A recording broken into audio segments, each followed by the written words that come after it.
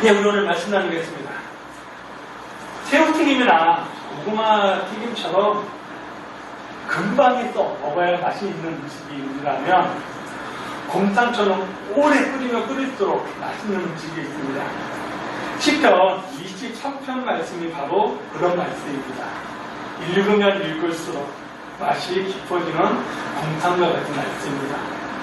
그래서 이 시편 23편 말씀은 20대 청년 때 읽었을 때, 또 30대 읽었을 때, 40대 읽었을 때, 50대 읽을 때, 읽을 때마다 말씀의 깊이가 다릅니다. 그래서 어느 목사님이 이 시편을 두고 이렇게 말씀을 하셨어요. 내 평생의 선하심과 인자하심이 반드시 나를 따르니 내가 여호와의 집에 영원히 살겠다고 했던 이 다윗의 고백을 자기의 고백이 된 사람은 누가 뭐래도 행복한 삶을 산 사람이고 승리한 삶을 산 사람이다. 저는 이 목사님 말씀에 전적으로 동의합니다. 제 나이가 이제 50대 초반을 넘어서 50대 중반을 향해서 가고 있는데요. 제 나이가 우리 김태남 목사님 나이쯤 되었을 때 이 시편 23편의 이 다윗의 고백이 더 제 마음속에서 오래된 곰탕처럼 그 맛이 깊어지기를 소망합니다. 이 시편 23편은 다윗이 늙어서 할아버지가 되어서 육신의 장막을 벗을 날이 얼마 남지 않았을 때 지은诗입니다. 그래서 이 시편 23편에는 하나님을 향한 다윗의 마음이 다 들어있습니다. 이 시편 23편 안에는 다윗의 모든 믿음의 고백이 다 들어있는 시편입니다. 어른과 아이를 구분하는 여러 가지 차이가 있어요. 우선 나이가 많다, 적다라는 차이가 있고, 또 덩치가 크다, 작다라는 차이가 있고, 또 생각을 많이 한다, 적게 한다, 이런 차이도 있습니다. 그런데 어른과 아이를 구분하는 여러 가지 차이 중에서 어떻게 감사하느냐, 감사하는 방법을 보면 차이가 납니다. 아이 때에는 감사를 가르쳐 주어야 합니다. 부모님에게 작은 용돈이라도 받았을 때 감사합니다라고 말할 것으로 가르쳐야 하고, 또 다른 사람으로부터 어떤 작은 도움이라도 받았을 때 반드시 감사합니다라고 말하도록 가르쳐 줘야 합니다. 그러나 어른이 되면 감사를 배웠다는 게 아니라 감사가 깨달아져서 감사가 합니다. 이런 거예요. 작은 집에 살지만 추운 겨울날 발 쭉 뻗고 잘 수 있다는 게 깨달아서 감사합니다. 상다리가 부러질 정도로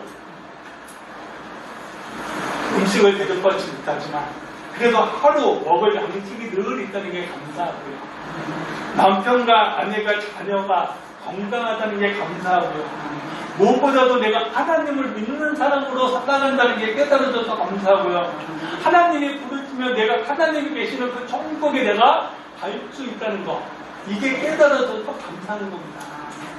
그래서 어른이 되면 감사를 배워서 감사를 하는 게 아니라 감사가 깨달아져서 감사를 합니다. 오늘 시편 20편 3편이 바로 이런 말씀 중에 하나입니다. 다윗이 나이가 들어서 자기가 살아왔던 인생을 쫙 뒤돌아보니까 순간순간 하나님의 은혜였던 겁니다. 그래서 감사하고 있는 겁니다. 우선 다윗이 어린 시절 사무엘 선지자가 자기 집에 왔을 때 아버지는 자기가 나이가 어리다는 이유만으로 사무엘을 만날 기회조차 주지 않았습니다. 그런데 그런 자기를 하나님께서 한 나라의 왕으로 세워주셨습니다. 하룻밤에 범 무서운지 모른다고 이스라엘 군인들이 전부 다 골리앗 앞에서 벌벌벌 떨고 있는데 너는 칼과 창으로 내게 오지만 나는 만군의 여호와 이름으로 내게 간다고 하면서 돌멩이 들고 다윗에게 달려갑니다. 그 상황을 생각하면 감사한 겁니다. 다윗은 개인적으로 사울왕의 사위입니다. 그러기에 자신에게 사랑을 받아야 함에도 불구하고 오히려 미움을 받았습니다. 막 도망다니고 있을 때 사울의 아들이었던 요나단이 늘 다윗을 끊어주었습니다. 이걸 생각하니 감사한 겁니다. 무엇보다도 하나님의 법궤를 모실 성전을 건축할 수 있도록 모든 재료를 다 준비할 수 있음에 감사했고, 또 아들 솔로몬에게 그 모든 것들을 다 양해할 수 있었음에 다윗은 감사하고 있는 겁니다. 그래서 다윗은 나이가 들어 지금 죽음을 바라보고 있는 이 시점에서 내가 사망의 골짜기를 달릴지라도 하나님께서 내가 그 사망의 골짜기로 떨어지지 않도록 주의 지팡이와 막대기로 나를 보호해 주셨습니다라고 감사하고 있는 겁니다. 그래서 다윗은 이렇게 고백합니다. 내가 마지막 나에게 남은 소원이 한 가지 있는데 여호와의 집에서 영원히 사는 것이다. 6절에서 다윗은 선하심과 인자하심이 늘 나와 함께 있었다고 합니다. 그래서 이 6절 말씀만 떡 띄워놓고 보면 1절부터 5절 말씀은 하나도 보지 않고 이 6절 말씀만 똑 띄워놓고 보면 다윗은 마치 평생 아무 근심 걱정 없이 살았던 사람으로 보입니다. 그렇잖아요. 그러나 잘 아시는 것처럼 다윗의 인생은 천국과 지옥을 여러 번 왔다 갔다 했던 그런 삶을 살았습니다. 우선 골리앗과 싸울 때 돌멩이를 던졌습니다. 근데 그 돌멩이가 조금이라도 옆으로 스쳐갔다 다윗은 그날 골리앗의 칼에 맞아서 까마귀가 되는 겁니다. 또 다윗이 사울을 막 피해서 도망다닐 때 어느 동굴 안에 숨었습니다.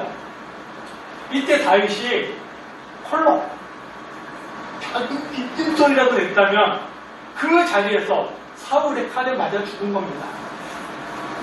무엇보다도 다윗의 인생에서 다윗을 가장 가슴 아프게 했던 사건이 있다면 바로 압살롬이라고 하는 아들이 자기를 향해서 칼을 드는 반역 사건이었습니다.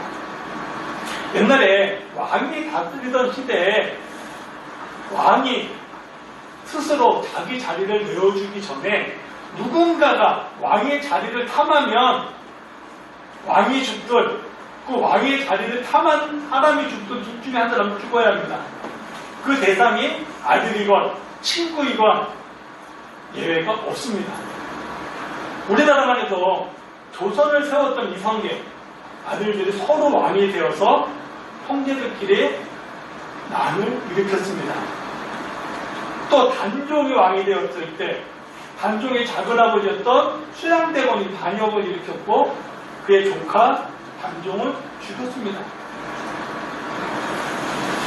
이처럼 다윗의 일생은 행복을 경험할 때도 있었고 지옥과 같은 상황을 경험할 때도 있었습니다.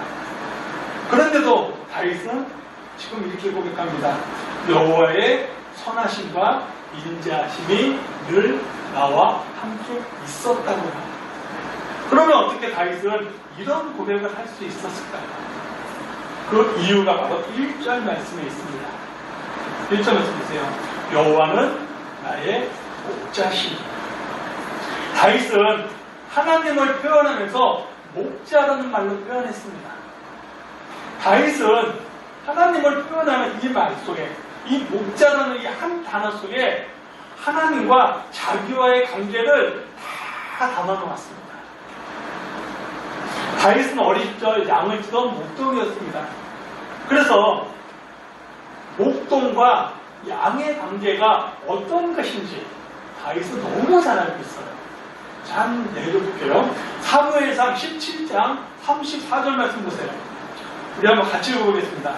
다윗이 사울에게 말하되 주의 종이 아버지의 양을 죽일 때 사자나 곰이 와서 양떼의 새끼를 물어가면 내가 따라가서 그것을 치고 그 입에서 새끼를 건져내었고 그것이 일어나 나를 해하고자 하면 내가 그 수염을 잡고 그것을 쳐 죽였나이다.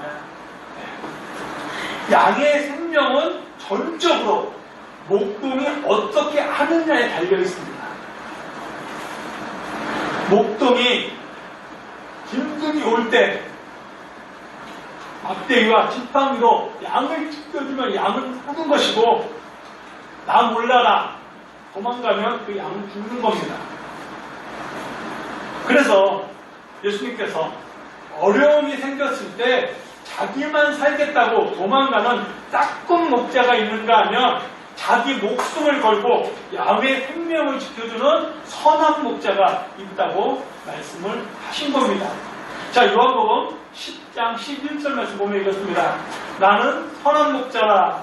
선한 목자는 양들을 위하여 목숨을 버리거니와 싹고는 목자가 아니요 양도 제 양이 아니라 이리가 오는 것을 보면 양을 버리고 달아나느니라. 다윗은 지금 말합니다. 여호와는 나의 목자라고 할 때 그 하나님은 양을 지키기 위하여 자기의 목숨을 거는 선한 목자 되시는 분이라는 것을 담고 있는 겁니다. 나의 하나님은 나를 지키시기 위하여 당신의 생명까지도 거시는 분이라는 겁니다. 이게 바로 지금 다윗의 하나님을 향한 믿음의 고백인 겁니다. 그러기에 다윗에게 있어서 하나님은 그림책 책 속에 있는 보기 좋은 떡이 아니라 그냥 보기만 좋은 그럴싸한 떡이 아니라 지금 내 옆에 계시면서 자기를 지키시고 보호하시고 자기를 품어주고 계시는 살아 역사하신 하나님이시라는 겁니다. 양은 자기를 지켜주고 보호해주는 목동을 절대적으로 믿고 의지합니다. 그래서 양은 목동의 말에 순종합니다. 양이 목동의 말에 얼만큼 순종하느냐에 따라서 푸른 초장과 쉴만한 물가로 인도함을 받는 겁니다. 마찬가지예요. 하나님을 아는 사람은 하나님을 순종하게 되어 있습니다.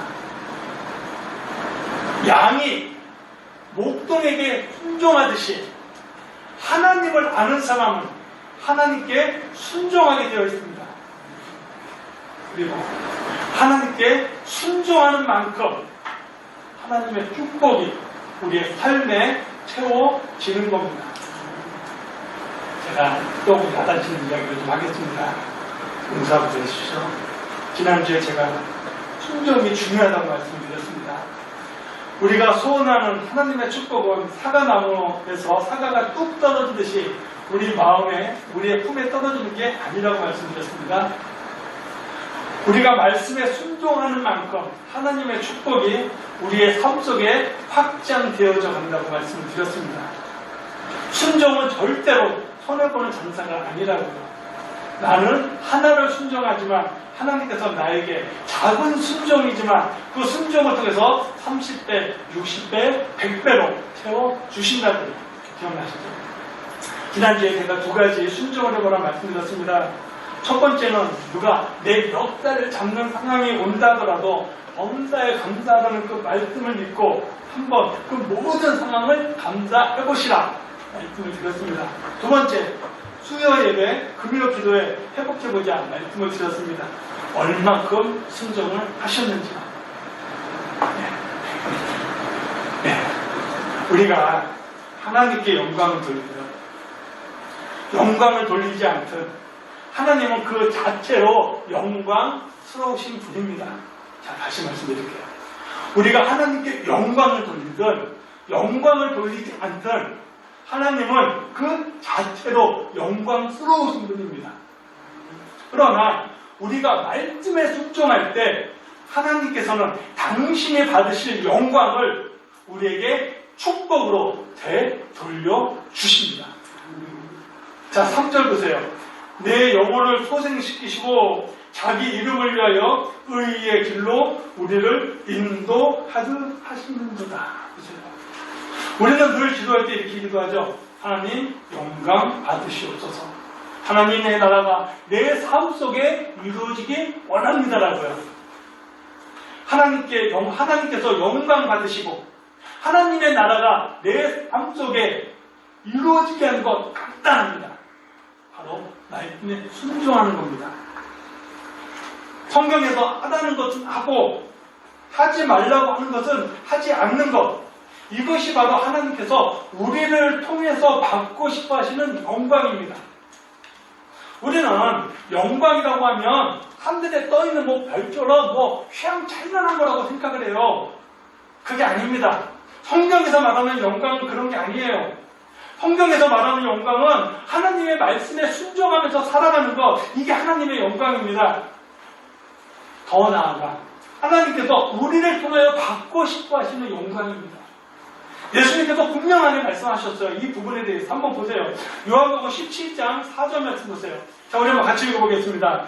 아버지께서 내게 하라고 주신 일을 내가 이루어 아버지를 이 세상에서 영화롭게 하였사오니 아버지여 창세전에 내가 아버지와 함께 가졌던 영화로서 지금도 아버지와 함께 나를 영화롭게 하옵소서. 보세요. 예수님께서 지금 하나님께서 하라고 명령하신 일을 하는 것, 그게 바로 하나님을 영화롭게 하는 거랍니다.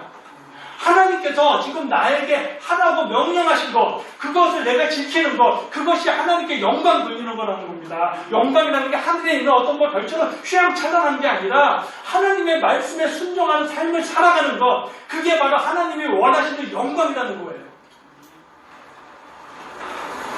하나님께 영광 돌리는 삶을 살고 싶으신지요?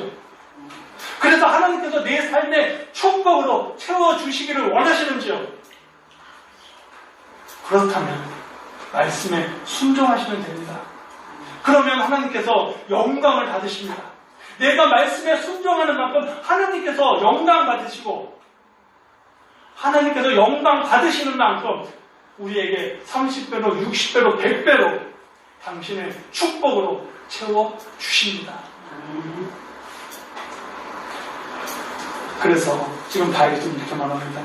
내 영혼을 소생시키시고 자기의 이름을 위하여, 당신의 이름을 위하여 의의 길로 우리를 인도하신다. 자, 4절 말씀 보겠습니다. 내가 사막의 음침한 골짜기로 지날지라도 해를 두려워하지 않을 것은 주께서 나와 함께 하십니다. 주의 지팡이와 막대기가 나를 안위하시나이다. 다윗도 알고 있어요. 다윗도 지금 자기의 삶을 쭉 뒤돌아보니까 자기의 삶이 구름 위를 걷는 것 같은 그런 삶을 살아온 게 아니라 사망의 음침한 골짜기와 같은 그런 어둠의 골짜기를 지나왔다는 거 다윗도 알고 있는 겁니다. 그런데 다윗은 고백합니다. 하나님께서 나의 목자가 되어주셨기에, 당신의 손으로 나를 잡아주셨기에 그 사망의 음침한 골짜기를 지나서 내가 지금 여기까지 왔더라고요. 야곱도 다윗과 똑같은 고백을 하고 있어요. 야곱이 요셉을 따라서 애굽으로 갑니다. 그리고 바로왕을 만났을 때 야곱의 나이가 130살입니다. 야곱이 130년을 사는 동안 얼마나 힘이 들었으면 나는 험악한 세월을 살아왔다고 고백합니다. 자, 창세기 47장 8절에 보면 야곱이 자기의 삶을 이렇게 고백해요. 바로가 야곱에게 묻되 내 나이가 얼마냐? 야곱이 바로에게 가로되 내 나그네 길이 세월이 130년이다.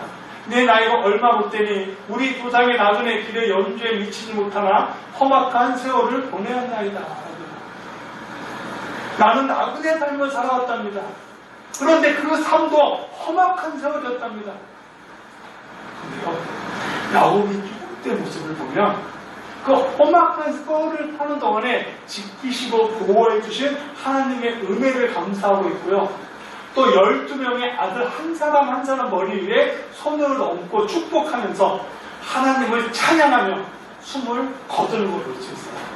한번 보세요. 창세기 47장 30절 말씀 보세요. 내가 조상들과 함께 눕거든 너는 나를 애굽에서 내어다가 조상의 묘지에 장사하라. 요셉이 이르되 내가 아버지의 말씀대로 행하리이다. 야곱이 또 이르되 내게 맹세하라매 그가 맹세하니 이스라엘이 침상머리에서 하나님께 경배합니다. 지금 이 자리에서 예배드리는 우리 신터부의 성도님들의 삶의 마지막 모습이 다윗처럼 야곱처럼 험악한 세월을 살아가고 있지만 내 그 삶의 여정 속에서 나를 지키시고 보호해 주신 하나님의 은혜를 감사하며 내 자녀들을 향해서 내 자손들을 향해서 하나님을 찬양하며 축복하며 숨을 거두는 그러한 축복을 누리시기를 축복합니다. 이게 가장 축복받은 인생입니다. 자, 5절 보세요. 주께서 내 원수의 목전에서 내게 상을 차려주시며 기름을 내 머리에 부으셨으니 내 잔이 넘친다고 해요. 한번 질문 드려볼게요. 내 삶이 원수하고 맨날 싸우냐고 경찰서, 법원 들락날락 하는 삶이 좋으시겠습니까? 아니면 원수 앞에서 내 상이 부서지도록 차려지는 게 좋겠습니까? 이건 두말 하나님 없이 정답이 주어져 있는 거잖아요. 하나님께서 약속하십니다. 우리의 인생을 원수 앞에서 내 잔이 흘러넘치는 인생이 되어지게 하겠다고 하셨습니다. 내 잔이 넘친다고 하는 이 다윗의 고백이 지금 현재 축복으로 받아 누리는 사람들이 있는가 하면, 반면에 내 잔이 넘친다고 하는 이 축복을 아직도 제대로 누리지 못하고 있는 사람들도 있습니다. 그래서 하나님, 저 사람은 저런 축복을 받고 있는데 왜 내가 들고 있는 내 자녀는 하나님 축복을 해주지 않으십니까? 라고 좀 서운한 마음이 들 때도 있습니다.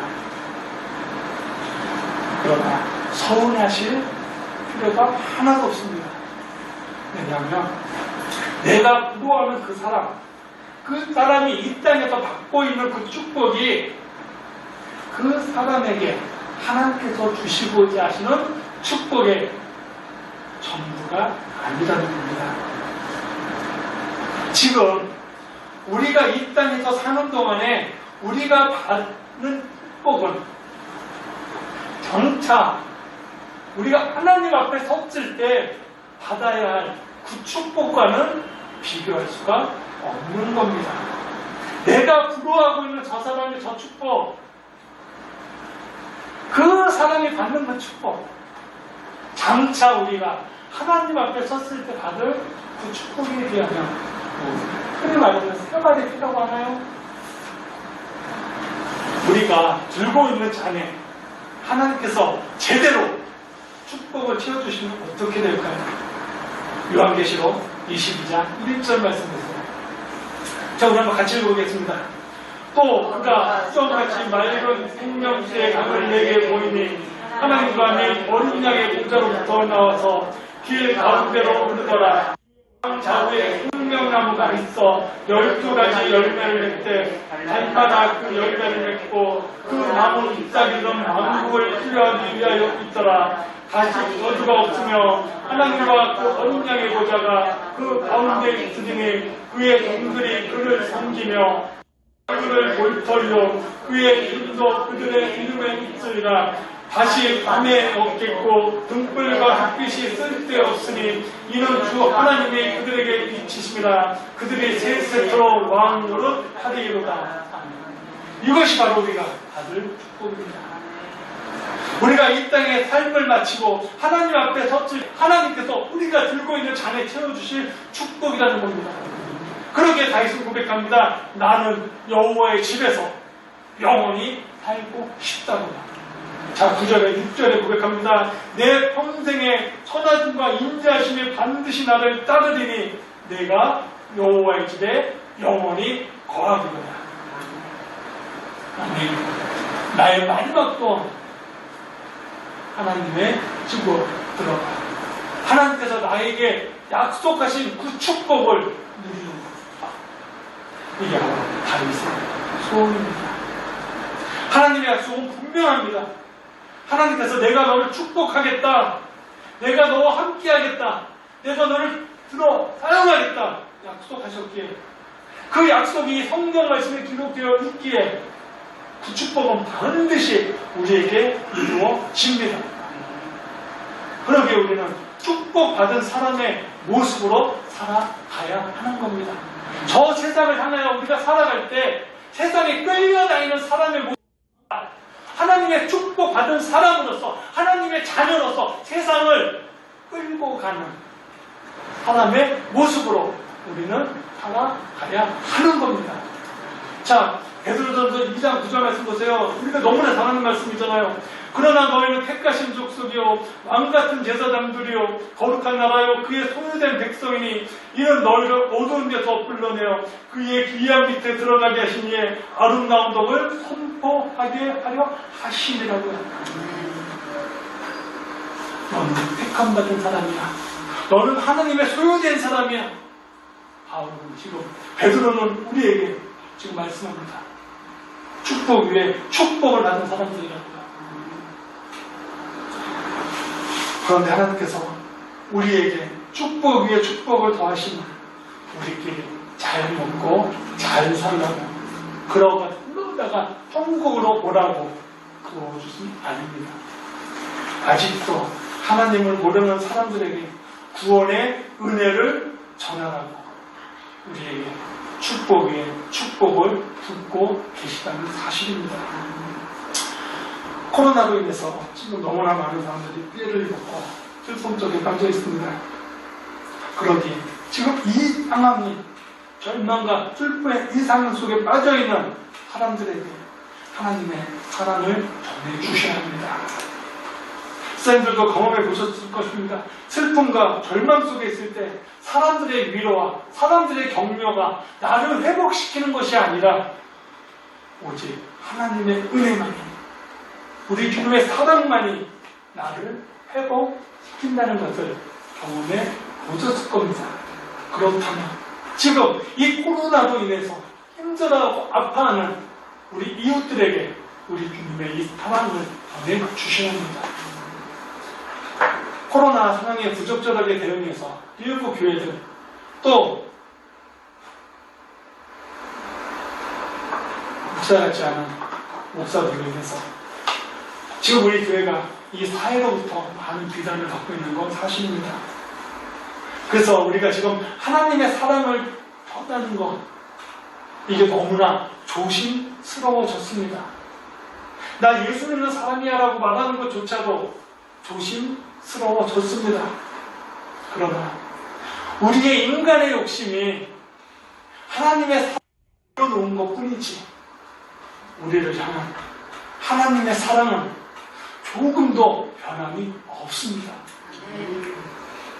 그러기에 하나님의 이 변함없는 사랑, 우리를 축복하시고 회복시키시는, 우리를 바로 세워주시는 우리 하나님의 사랑을 우리 이웃들에게 알려주셔야 합니다.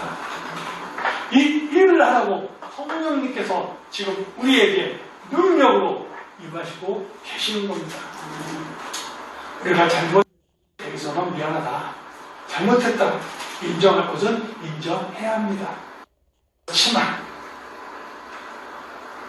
하나님께서 당신을 사랑하십니다.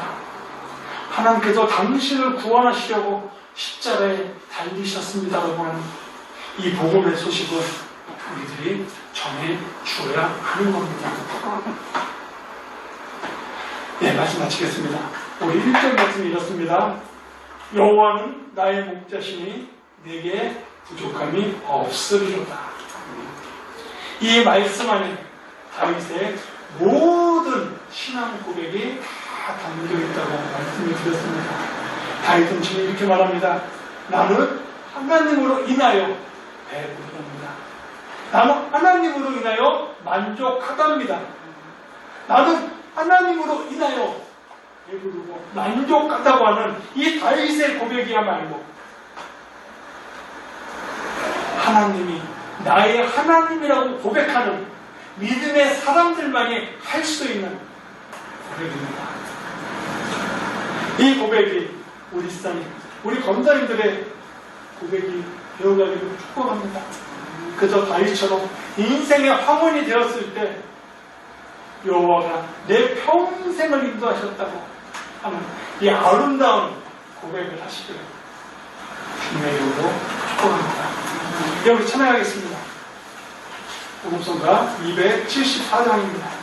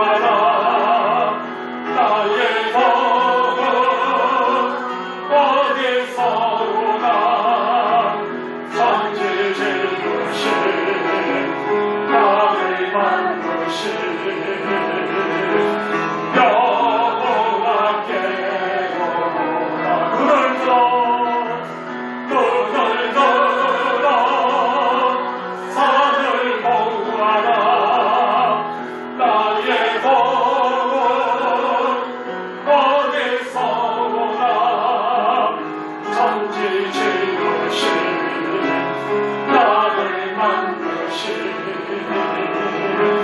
여호와께로다.